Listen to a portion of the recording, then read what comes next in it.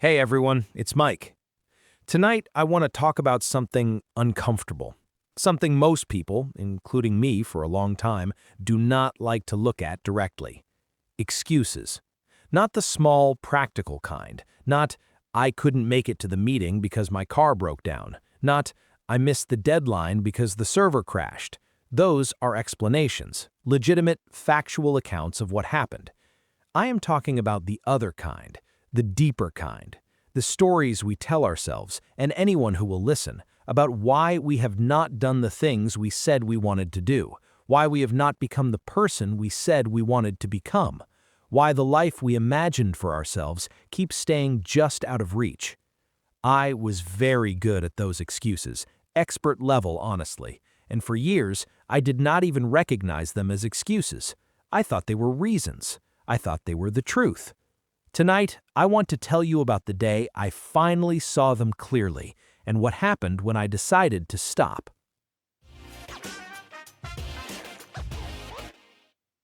Let me paint you a picture of who I was at 29. I had a job that paid well enough, but that I did not find meaningful. Meaningful means significant and purposeful, doing something that feels genuinely important and connected to your values.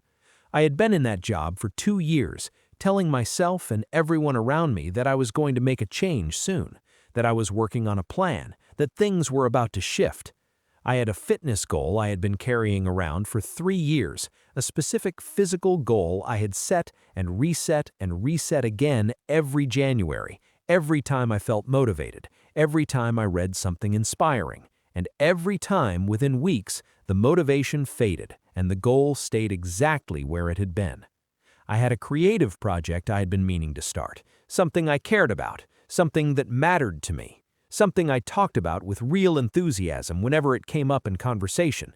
Yes, I'm working on that, it's coming along, when in reality I hadn't touched it in months. 3 areas of my life, 3 things I said I wanted, 3 things that were going nowhere. And I had a reason for all of them, several reasons in fact. Carefully maintained, consistently updated, always available. For the job, I was going to leave, but the timing was not right. The economy was uncertain. I needed to save a little more first. I was waiting for the right opportunity to present itself. For the fitness goal, I had been busy. Work had been demanding. I hadn't been sleeping well. I would get back to it when things settled down. For the creative project, I didn't have enough time. My evenings were short. I was tired after work. I needed a longer block of uninterrupted time to really do it justice. Someday I would have that time. 3 sets of excuses, polished and ready, and I believed every single one of them. The day things changed was a Saturday in October. I was having coffee with Jason, just the 2 of us, a quiet Saturday morning, and Jason asked me, casually, without any particular agenda, how the creative project was going. I gave him the answer I always gave. It's coming. I just need to find the right time to really sit down with it. Work has been busy, but soon. Jason looked at me for a moment. He didn't say anything immediately. He just looked at me with that particular expression he has. Not unkind, not judgmental, just very honest. And then he said quietly, "Mike, you've been saying that for 2 years." I opened my mouth to respond, and nothing came out. Because he was right. He was completely, uncomfortably, undeniably right. 2 years, the same answer, the same tone, the same promise of soon for 2 years. Jason didn't push further. He changed the subject. He wasn't trying to make a point or win an argument. He just said the true thing once, clearly, and let it land. And it landed. I drove home from that coffee in a strange state. Not defensive, I had moved past defensive before I even reached my car. Not embarrassed exactly, something more honest than embarrassment. Something closer to the feeling of being caught, not from someone else, but from yourself. The particular discomfort of seeing yourself clearly, without the comfortable stories, without the carefully maintained excuses, and recognizing this is what is actually happening. What was actually happening was this. I was afraid. Not of failure exactly, though that was part of it, but of something more specific. I was afraid of trying fully and finding out that fully wasn't enough, that if I gave everything I had to the things I said I wanted, the meaningful work, the fitness, the creative project, and still came up short, I would have to face a truth I wasn't ready for. As long as I hadn't really tried, I could tell myself the potential was there. I just hadn't accessed it yet. The timing hadn't been right. The conditions hadn't been perfect. Excuses, I realized that Saturday afternoon, are not just laziness. They are protection. They are the story you tell yourself to avoid the risk of genuine effort and genuine failure. And I had been hiding behind mine for years. I went home and I sat in this armchair, this exact armchair, and I made a decision. Not a loud decision, not a dramatic one, just a quiet, clear internal decision. I was going to stop. I was going to stop waiting for the right time, because the right time was not coming. The right time does not arrive. You make the time or you don't. I was going to stop waiting until conditions were perfect, because conditions are never perfect. There's always something uncertain, something unresolved, something that could be used as a reason to wait a little longer. And I was going to stop protecting myself from the risk of genuine effort by never making genuine effort. Because that protection, I finally saw clearly, was costing me everything I said I wanted. The excuses were not keeping me safe. They were keeping me still. So what happened after that Saturday morning? I want to be honest, because I think honesty matters more than inspiration here. It was not a transformation. It was not a montage of sudden productivity and dramatic progress. It was slow, inconsistent, and sometimes discouraging. The first week, I worked on the creative project for 20 minutes on a Tuesday evening.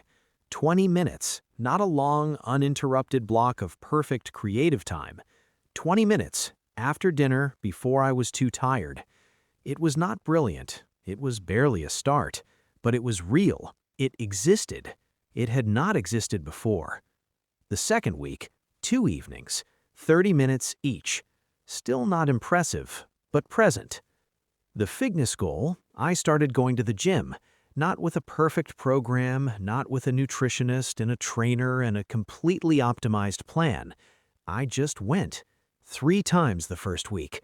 I showed up and I did something. That was the whole standard. Show up and do something. The job, that one took longer. Changing jobs requires more than just deciding to change. It requires research, applications, interviews, patience. But I started. I updated my resume. I reached out to people in fields I was interested in. I started having conversations I had been putting off for 2 years. None of it was fast. None of it was clean. None of it looked like the version I had imagined when I was dreaming about it from a safe distance. But it was real. And real, however imperfect, however slow, however unglamorous, is infinitely better than the perfect version that never begins. Unglamorous means not exciting or impressive, ordinary and unspectacular. Infinitely means to an unlimited degree, incomparably more. I want to share something I learned during that period that I think about often. There is a concept, a simple idea, that changed how I understood my own resistance. The concept is this: the cost of starting is almost always smaller than the cost of not starting. The cost of starting the creative project was 20 minutes on a Tuesday evening. 20 minutes of imperfect, uncertain, fumbling effort. Fumbling means handling something clumsily, not smoothly or confidently. The cost of not starting: 2 years of carrying an unlived version of myself around. 2 years of the low, persistent weight of something important left undone. 2 years of the gap between who I was and who I kept telling myself I was going to become.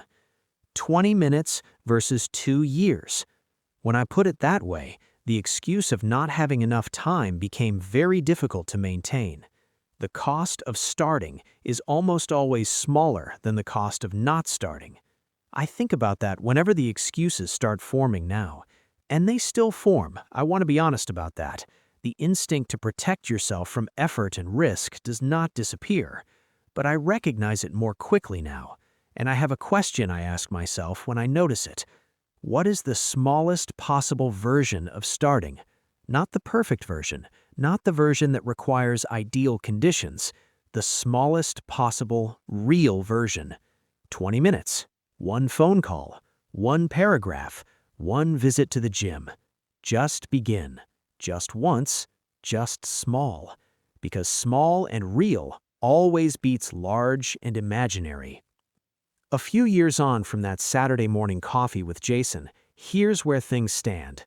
The creative project exists. It is not finished. It may never be finished in the way I originally imagined, but it is real and growing and genuinely mine in a way it never was when it lived only in my head as a someday promise. The fitness goal? I go to the gym 3 times a week, every week, without fail. Not because I've found more time, because I decided it was how I was spending the time I had. The job? I left. It took 18 months from that Saturday to my last day, but I left. And the work I do now, it is not perfect, it is not without its difficulties, but it is meaningful. And meaningful, I have learned, is worth infinitely more than comfortable. None of this happened because conditions improved. None of it happened because I found more time or energy or perfect circumstances. It happened because I stopped waiting for those things and started with what I had. That's the whole story. That's all it was. Stop waiting, start with what you have, accept that beginning will be imperfect. Do it anyway. The excuses will always be there, ready, polished, available. The question is whether you choose to use them. Thank you so much for sitting with me tonight. I hope something in this story was useful, not just for your English, but for something you've been putting off, something you've been carrying, something you keep telling yourself you'll start when the time is right. The time is right now. It is imperfect, and the conditions are not ideal, and you don't have everything you need yet. Start anyway. If you enjoyed tonight's story and you want to keep learning natural, real English, please subscribe to Free Daily English right here on YouTube. New stories every week, completely free, made just for you. Just hit that subscribe button below. Take care, everyone. Stop making excuses, start making progress, and I'll see you in the next video. See you soon.